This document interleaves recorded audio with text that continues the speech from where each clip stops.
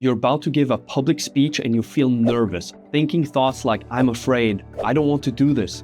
But this great book reveals all you actually need to do is change one specific word in your internal dialogue to quiet that negative voice instantly. I used to be terrified of doing stand-up. I had those exact thoughts before hitting the stage at Comedy Central or touring with my solo show. To improve, I obsessed over psychology and peak performers to find a way to effectively handle my nerves before public speaking. In this video, I'm giving you the result of that search, the science of how one word rewires your brain, the distancing trick that makes it work, and the 1-second effect that proves this is faster than any other method. To understand why this works, let's look at a study that put people in many people's ultimate nightmare, a spontaneous 5-minute speech on why they were qualified to land their dream job. They had to do it in front of a panel of judges without any notes and just a few minutes of preparation.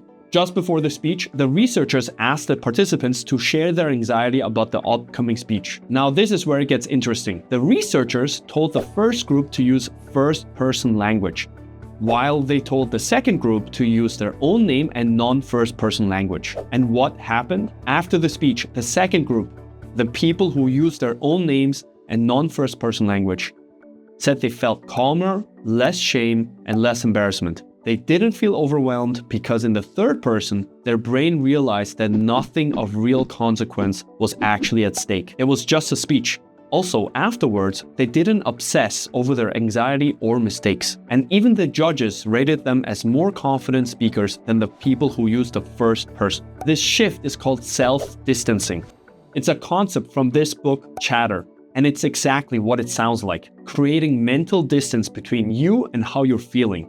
Think about a roller coaster. When you're in the front seat looking down the drop, you're looking at it in the first person. You're associated, you're in it, and you're terrified or excited, depending on how you look at it. But when you're standing outside on the ground, watching someone else on that roller coaster, you're looking at it in the third person. You're disassociated. You're just a spectator and you've created mental distance. When you say, I'm scared, you're in the front seat. So as an example, my name is Pascal. When you say Pascal is scared, you're now observing the thoughts from a distance. You're the observer of your feelings, not the victim of them. Now, I know what you're thinking.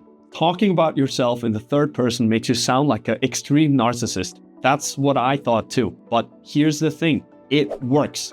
It really does. Some of the highest performing people on earth use this exact third person hack to stay cool under pressure. LeBron James, Malala Yousafzai, Jennifer Lawrence, and even Julius Caesar, they all used self-distancing to stay in control. Now, the book also mentions other distancing methods, things like journaling or meditation, and those definitely help.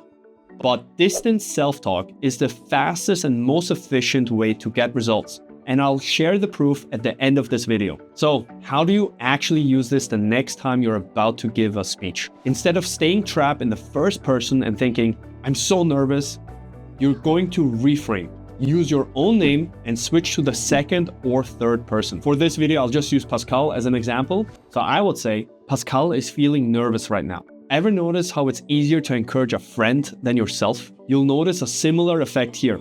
It will be much easier to encourage yourself now that you speak to yourself as if you're talking to another person. That negative voice that says, I can't do this, more easily turns into, Pascal, you might not think you can do this right now, but you can. You've prepared and you have the ability to crush this. Now, you might be thinking this sounds too simple to actually work. There's no way my biology cares whether I use first or second or third person. Well, it does. Scientists monitored brain activity while showing people disturbing photos. When people used immersed language or first person, asking, what am I feeling? The brain stayed in a state of high emotional alarm. But when they used distanced language, meaning second or third person, what is Pascal feeling? What is Jason feeling? The emotional activity in the brain dropped off a cliff. And crucially, they found out it only takes 1 second of using your name to feel the relief. 1 tiny second to move from panic to perspective. Only 1 second, much faster and efficient than journaling, meditating, or any other method. Using your own name is a massive cheat code for relieving anxiety, but there are other powerful ways to become a more confident public speaker. If you want to see how other top performers, like an extreme underdog winning the European Championship, use specific psychological tactics to handle pressure and how you can apply that to your next speech, check out this video right here.